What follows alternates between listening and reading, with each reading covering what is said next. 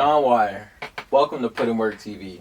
We've enjoyed watching your journey and growth as an artist in the New England music scene and really want to hear more about your story. Our focus is allowing our guests to tell their stories front and center without judgment or opinion. So let's dive in. How did it all begin? How did it all begin? Okay, that caught me off guard. It started in my room.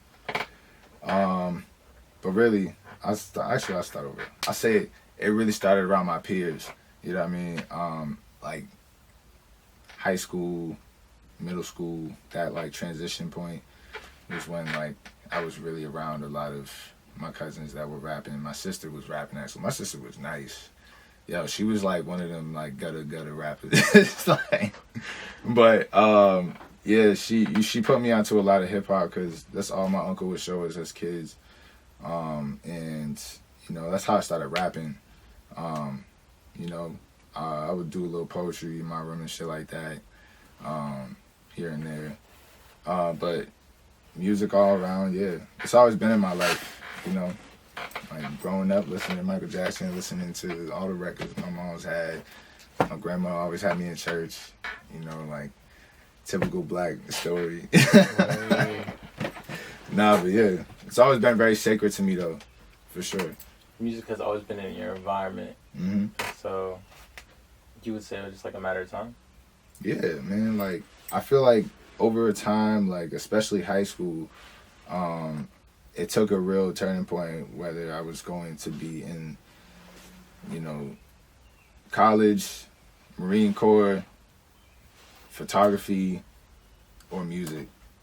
And I would skip class so much and just work on music a lot with Shy RZA and, you know, some other friends. They don't even live in Boston no more. But we would just work on music every day, man. After school, we go to the spot, freestyle for hours, watch interviews for hours, you know what I mean, and just study and just enjoy the culture of it. And, you know, after my high school year, my senior year of high school, I was just like, yo, like I think I could do this shit. It was one point too, where I was like DMing Stiz like in high school, and he wanted to work at that time, and I was just like, I don't know if I'm ready for that shit, nigga. I'm like, I'm still in school, you know what I mean? Like my shit was going off on my phone when I dropped videos and shit like that, and I'm like, yo, like I don't know. You know, but there was a point where I was just like, okay, if I'm going to do it, I have to really, like, put my heart into it, my mind into it, my spirit and body into it, you know, so gradually it just grew over time. What was it like growing up in Boston? It was strange for me, man, because I feel like it was a violent time, you know, when I was in middle school, so I wasn't really outside like that because my mom's was, like, really, you know, paranoid because there's, you know, shootings going on in my neighborhood. I was like in a really hot area. Like I was on C Road. I still am on C Road, like my whole life. You know what I mean? So like around that time though, it was really violent. Like 09, 08. It was just crazy. But I would always be in the crib, man, and anytime I would leave, I would go to like my friends' houses and shit like that. Or like play some ball and shit. And or do something productive, you know what I mean, to keep my brain moving. Other than that, it was just me and family, you know. Talk to me about what your discography's like, considering that you started making music in high school. Oh shit, man. It just keeps going. I have so many songs I just never even thought about putting out, and if I did think about putting it out, it was a time where I wasn't like as confident as I am now. Because I went through a process of artist development for like 4 or 5 years before I was really like releasing shit like confidently. And even before that, like just being around my friends too, you know, just enjoying it and having fun with it. But nowadays it's like you can't just like have fun with it only. There's a business side to it too, you know, so you have to have the 10%, which is the music, and then the rest is all business. That's literally it. So, but the discography, it just goes on for days. It goes on for days, man. Yeah, man. It's and sometimes like you can make music and not put it out, and just have it just to have it, you know, or give it to someone, you know, or just listen to it for your own well-being, you know. So that's it's always beneficial. How would you say your sound has changed over the years? It's matured a lot, you know. The older you get, the more life starts to hit you in different ways, whether it being like externally or internally. And I feel like I've been hit with that the most, you know, these past couple 3 years, you know. So it's just been a journey. I feel like my whole discography is like a book of my life. So that's why I want to at least like try to release something every year, and if not, you know, make something that can you know, replace the years I've missed, and you know, make up for that in the you know, the ahead of time releases. But yeah, man, it's just been ups and downs, twists and turns, spirals, and it just blossomed to something beautiful. You know, every time, that's all it is. What did it take for you to gain confidence in your music to like consistently release it? Understanding who I am as a person, as an artist, as a son, as a human, as a father, you know what I mean? Like all around, everything, brother, cousin, like just being. I feel like self-being is the only way to really assist other people, you know what I mean? So if you ain't good within, you're not gonna win. that's the realest shit, bro. So it's like, Yeah. it's just, I think Lauren said that too. How you gonna win when you ain't right within? Yeah, that's some real shit. So it's like, you know, that's something to really like abide by and live by, because it's real shit, you know? What message do you try to give your audience when you release your music or go about creating your music? It depends. It depends on the concept of what I'm releasing. So the recent project I released is called Reflections, and it's self-explanatory, you know. So I'm really just fighting myself and facing myself and learning to cope with myself through the art, through, you know, figuring out different routes through this maze, you know, understanding my worth and knowing how much I've accomplished and how less I celebrate, you know. Like, I don't really celebrate enough. So it's like, just understanding like who I am has really been a real big piece of that, you know. So that's the best way to explain that. How would you say the music altered your life? That's a great question. I feel like music altered my life in ways I can't even explain. It's like an intangible feeling, man. Like, imagine being somewhere and you're saying, or I'll say this, I'll put it in this context. Like, your younger self having a vision of where you want to be, right? And saying, like, I know I can do this. I just have to stay focused, and I just have to enjoy it. And then you blink, and then you're there. And then the next step is to do it again. And then you blink, and then you're there. You know what I mean? I feel like that's all it was. You know, it's just really having the vision. If you can see it internally, like, you'll be there. Or you already are there. Your mind is there. You just have to get your physical there. You know what I mean? It's like saying, like, okay, like, for example, like, I want to go to Europe. I want to go to, like, Dubai or some shit. If I can see myself there right now, it's like all that's holding me back is me. Like, it all starts with the mental mindset. Like, how am I going to get there? What are the steps I'm going to take to get to that point, right? So that's all it is, man. Like, but that's what it was for me. It's taken me to places where I've never thought I'd be. You know, fresh out of high school, I went to Sweden and Amsterdam, and I'm ghostwriting for a dude over there. You know what I mean? And a year later, I'm ghostwriting for Sebastian and Michael. You know what I mean? And working with him and Najee too. Like, it's a snowball effect. And then a year after that, working with more people and more people and more people. You know? So I feel like I feel like also, like, when it comes to like the music industry, the best thing you can have is the relationship more than the money.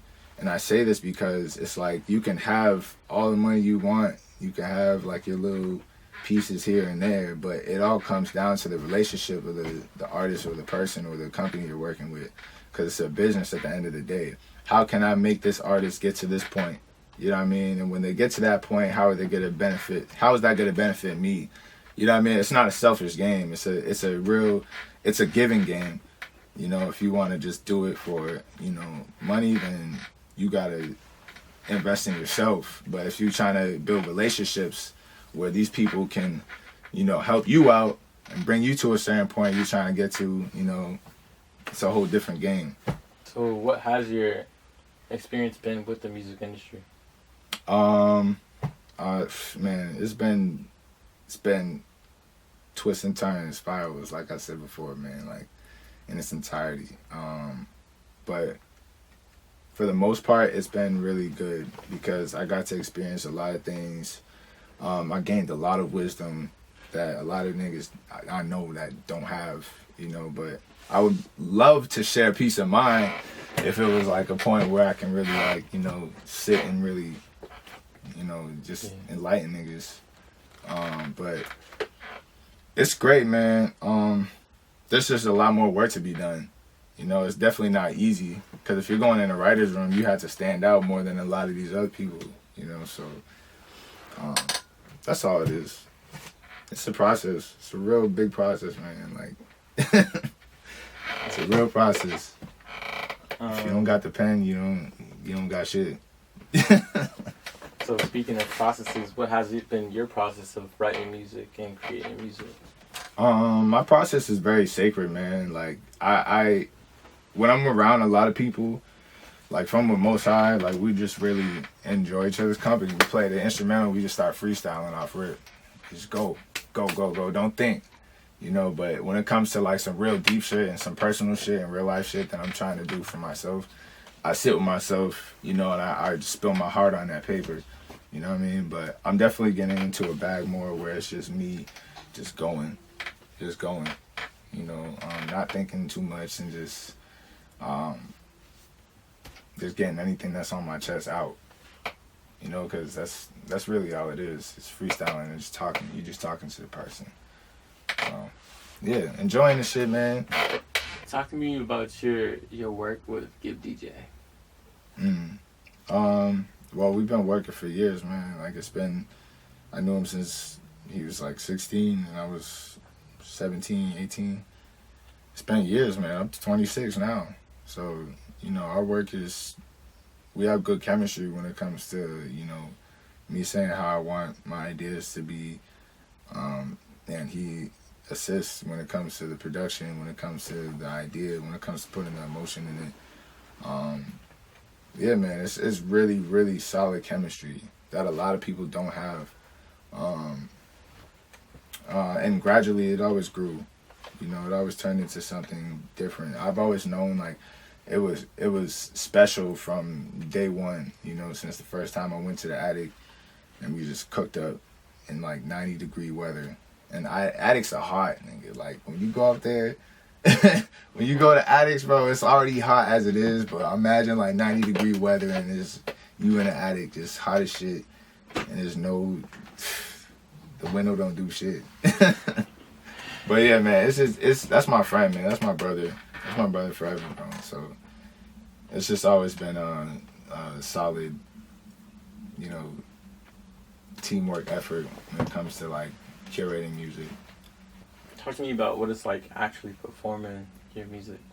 I haven't performed in a while actually, but when I do perform, it's like I'm not even there. I'm not there at all. It's just like I grab the mic, I walk on stage, and it's just like blank. Cause that's how you know you really put your heart in something. When you black out, it's a real thing. You know, and I know a lot of artists can relate to that. Cause it's just like when you touch that stage, you know you're meant to be there. That's when you really elevate. You turn into something else. You know, cause there's a difference between people when they go on stage and they just want to be cool and shit with their friends and shit.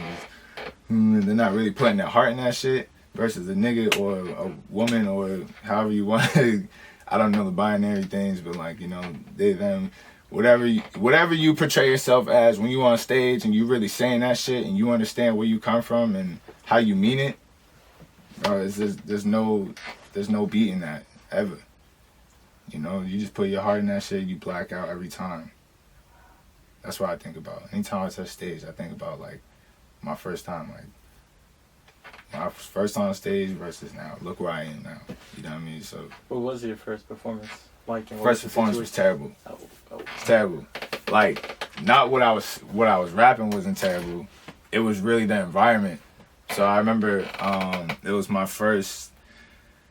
I think I was like a sophomore in high school, and this was like before niggas had like all these shows and venues and shit like that. You know, like you couldn't just get in Middle East like that, or like Sonia wasn't even around, or, you know, Black Market definitely wasn't around. So we really just had to work with what we had, and it was at Hibernian Hall. I remember shorty at my school was like, "Oh, I love your music. I would love for you to like perform at this spot, Hibernian Hall." I'm like, "All right, word, yeah, I'll do that. There's a stage, there's a mic, there's this, that, and the third." I'm like, "Word, cool." I'm telling everybody, I'm telling my niggas like, "Yo, I got a show, bro. Like, come to the show at the school." I go there. She only had. It's funny now because like it's just nuts, but like she brings me in a room, like a square room, and it's just like a computer. There's snacks on the side, and there's like a little bit of chairs. Like I brought mad people, and I'm just like rapping this shit, and then a bunch of randoms that came were just laughing. They was just laughing, OD, like laughing at, bro, just like, well, look at this nigga. This nigga just spitting in the corner. He got a laptop open, you know what I mean? And I got distracted too, and I fucked up. So it was even worse, but I continued, you know what I mean? But I feel like that moment alone changed everything for me, bro. Because it's like, you could either stop and just walk the fuck out like a lame ass nigga, or you can really go through what you going through, follow your story, your journey, and do that shit. You gotta go through it. And I know a lot of people go through that shit, you know? But that was years ago. Look at me now, bitch. What would you say motivates you the most? My position, my family, my friends, my story, my pain, my happiness, my joy, all the emotions, you know. I really bled for this shit, bro. Like, for real. And this is why I'm here. There's no other reason to, you know, pursue anything else but this. This is gonna change everything. What are some things you wish you knew before you started? I wish I had the brains that I have today. In terms of like keeping reminding people to keep their ego to the side, and I wish I can, like, you know, just be more of a leader back then, you know, because back then I was just going, you know, and people were like, "Oh shit, this nigga's nice," like, and, you know, they would move with me, move off of that energy. But it's like, you could have that mindset, and a lot of people don't have that mindset. You know, you think that they have it, but they don't have it. And it's like, when you're moving forward and just doing you, you know, niggas start to question themselves, like, why am I doing this? Or, you know what I mean? Like, or they'll give you a side eye or give you some weird ass energy. I just wish I had the knowledge now that, you know, that I didn't have back then, and just to share with them and be like, "Yo, this is the right way to do this, bro. Like, you're great already. Be great. Continue to be great. Let's be great." You know, as a team, as a family, because that's all it is unity. And it's like, I feel like a lot of that shit just fell, you know, because of my lack of leadership. And maybe that's just me being too hard on myself. I'm a Capricorn. I do that. But, you know, just knowledge. That's all I wish I had back in the day. So how does your personal life and your creative process interfere? So, oh yeah, I was saying it depends on what the shit is. Yeah, your personal life can have distractions, you know, and it's your job to block those distractions out and move forward towards something more brighter for your future. Because it's like if you fall victim to the distractions and like partying all the time and just like wasting your bread on fucking dumb shit and not investing in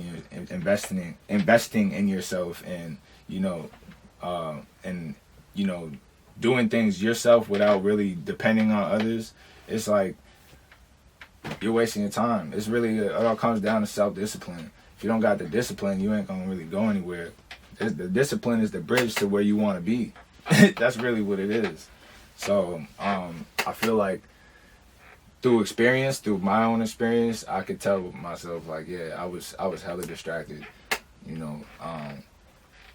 I gained focus many times and got distracted many times, but it's really just staying on the discipline. That's it. So that's all it is. What do you enjoy the most? In general?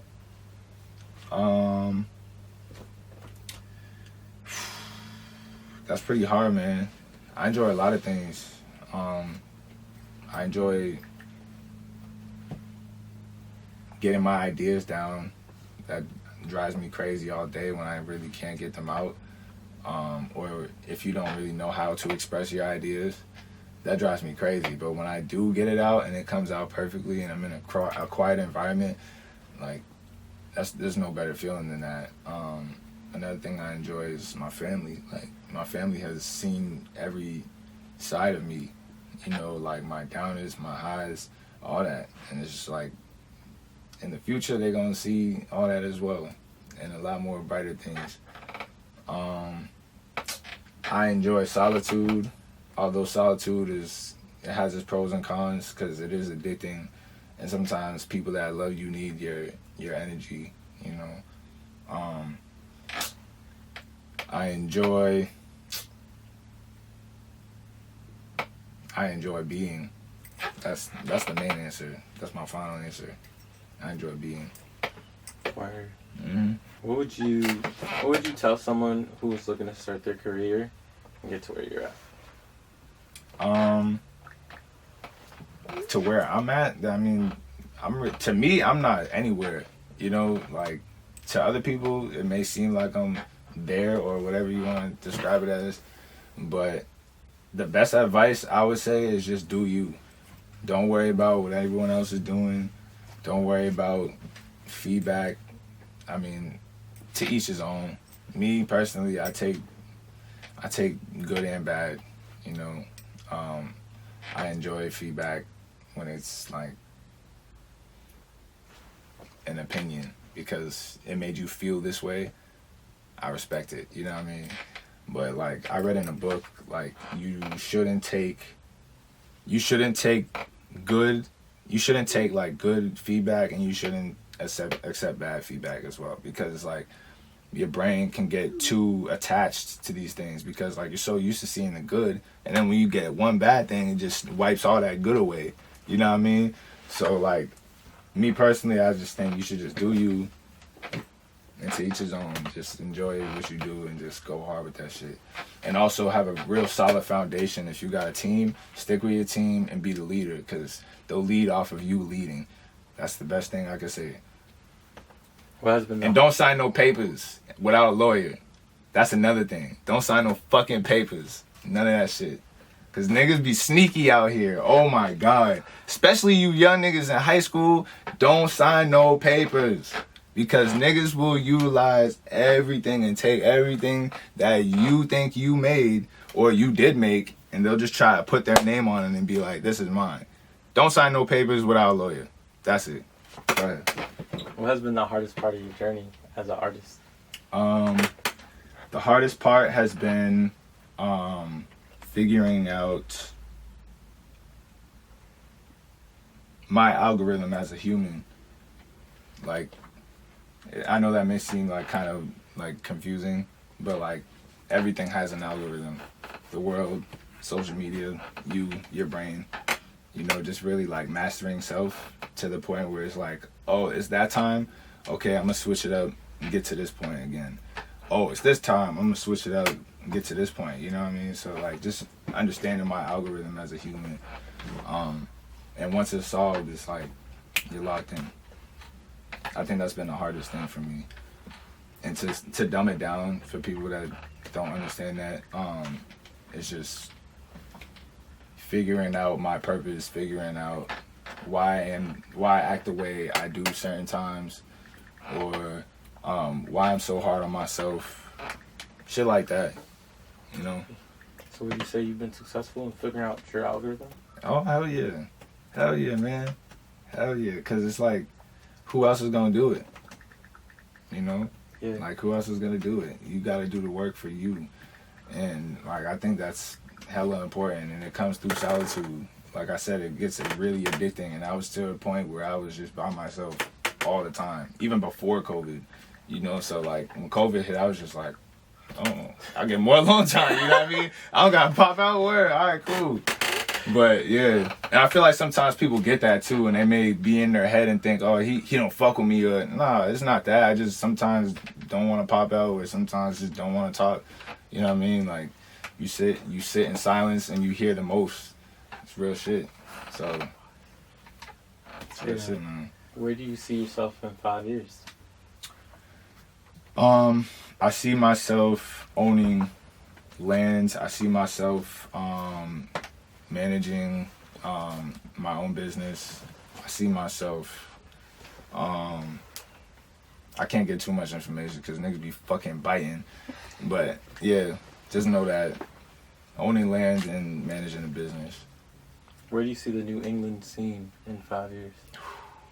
A lot of these folks that be in the industry, whether it be in fashion, the music industry, the movie industry / film, all that, everything, cooking, whatever you watch, like TV, whatever, are from Boston. A lot of them. And a lot of the higher ups are from Boston as well, which is crazy. And the main thing I ask is like, yo, how come you don't bring some of the shit, like some of the light back home? And they're like, the best way I can do that is by doing it out here. You know what I mean? And I'm just like, I never thought of it like that. I mean, it's definitely, it takes a lot more than to just come back, and maybe to them, but I'm just saying, that's just to answer your question. A lot of the people in the industry are from Boston, because I was going to chain on to something else, but no. Overall, what are your intentions with your career, and what are like some of the main guiding forces for that? What are the what forces? Main guiding forces behind your intentions for your career. My main intention is to become the biggest artist out of my state. Like, by competing with myself. Of course, healthy competition with everyone else is like the best. Because that's just what rap is. That's just what music is, period. Everyone's trying to get to that point, that pinnacle. But it all starts with me. So, and that's why I say Reflections was such a like important project, because it's really me like fighting myself so much. But yeah, man, it's just, that's it. Right. Just getting to that point where I'm just the best at what I do. I already feel like I'm the best at what I do, but I want to be better. Like, you ever see that commercial with Ye and oh yeah, the same piece but a different animal with LeBron. The fuck does that mean, Kobe? Like, it was Kobe, yeah, bro. It wasn't LeBron. It was Kobe. Shout out LeBron though. He Capricorn too. Nah, but yeah, that shit was fire, man. Like, and it's just real. Like, you could always be better. You could always be better. Anytime I make something great, I'm listening to it, like, I'm going to sleep to this shit. I'm waking up to this shit and living with this record that I just made and just playing it. I'm like, the mindset I have is like, what can I do better? You know, like, how can I top this? You know, it's always that. But that's to answer your question, yeah, that's what it is. Talk to me about that year where you dropped Dear, and then you dropped. Okay. Classic. Yeah, no. Remind me again. You dropped Dear, and then before that, you dropped what? What did I drop before Dear? Or what'd you drop after Dear? I dropped ID after Dear. ID? Was it? Yeah. It was Internal Dialect after Dear. Yeah. So yeah, talk to me about that year from Damn, what Dear was before Dear? to Internal Dialect. I think it was. Was it Hymns? I think it was Hymns. Hymns. You feel me? But I meant Dear to Internal Dialect, because those are back to back. Yeah. Right. Oh man. Yo, Deer was like, oh man, that shit was probably the best, one of the best times of my life. And I say that because, like, I went through a crazy, man, what? Yo, I went through a crazy time. I feel like Deer was definitely the first project I dropped after my artist development, like my 4 or 5 years doing that. I dropped it with the intention of just not expecting anything. Like, I'm just like, I'm gonna just put this out and hope people fuck with it. You know, I didn't have my shit on like iTunes, Spotify, and then like that. I just had SoundCloud. I'm like, because I've always been a SoundCloud person. Like, I was just always putting records on SoundCloud, albums and shit like that. I was like, yo, put your shit on iTunes, Spotify, da, da, da. I put that on SoundCloud, then I put it on Spotify and iTunes, and it just got bigger and bigger and bigger. I got some dope write-ups. It was dope. It was just great. And plus, like, the story behind that, it was a great time in life because it was a lot of emotions, man. It was a lot of sadness. It was a lot of joy. I had lost my uncle, like, around that time, like, my favorite uncle. And then, like, 2 weeks later, I got hit by a car. And then, like, after that, I was on crutches, like, the whole summer, and I was just not outside like that. The healing was slow. The court case was slow. Like, the settlement was... But then after that, when I healed, I flew to Miami, got my first check from Slip and Slide. It was crazy. It was just... We rode jet skis. It was just a lot of... It was a weird time, but it was beautiful, bro. Like, and I feel like that's what music is, because I feel like it all comes into full circle. You know, you can experience something, and then certain parts of those experiences you can make it into music, you know, or whatever you do. And I also cut my locks off that year because there was just so much energy on me that I just wanted to let go. Shaved my head bald, it was just shaved it all off. Started fresh, grew my hair back, grew my locks back. Yeah. Got better energy, like, it's a real thing, man. But yeah, that time in life was just special. And then after that, going into ID, which was a continuation, you know, like, and I'm a real artist, bro. Like, I'm a real artist, not just with music, but like with visuals, with like everything. Cause before I was doing music, not before I was doing music, but while I was doing music in high school, I went to Madison. So I was doing, you know, the photography, the film classes and shit like that. So like 1 week they'll do academics and the next is the vocational, whatever. But I've always had a love for that, for the visual side of things, you know, and I like my visuals a certain way. So the cover art symbolism was me looking away, you know, in Deer, I'm looking away and it's just like a real dull, you know, a real dull portrait wearing all black, and it's ID is the continuation where I'm looking up into the light, bro, like, and this shit is just, I'm basking in my shit, you know, I understand who I am, like, before I'm looking away, you know, because there was so much pain during that time, and I really wanted to put that into art, you know, visually, and I didn't have no videos for Deer either, because that's just another story. Yeah, man, but going into ID too, yeah, it was just a great time, really great time. But yeah, that's all it is. What do you think is the most substantial moment in your career? Most substantial moment. I mean, for now, I'll leave you with this. Like, when I had the show at Oberon, I feel like that was a really, really huge moment for me and my friends and family and the fans too. Like, that was probably the first time where I would like rap something, stick the mic out, and people would sing the song back, or the band would be behind me, and we cut it off, and they're singing the lyrics. You know what I mean? Like, and it was an actual venue. Like, that happened to me back in the day, but it was in like a house. You know, like where we were doing like basement shows and shit like that.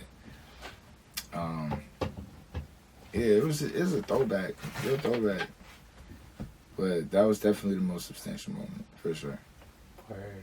Yeah, man. That's all my questions. So, do you have any last words for the people? Any last messages? Everybody out there on social media in the Matrix, more work is coming soon. Just know I'm going fucking crazy. That's it.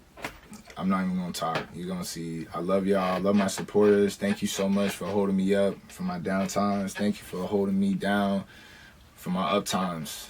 We going up, we staying up, we flying, we going crazy. 2025, bitch. We here. What's up, yo? It's Sean Wyatt. Shout out to PUTINWORKTV for having me. Tune in to the next episodes. Love.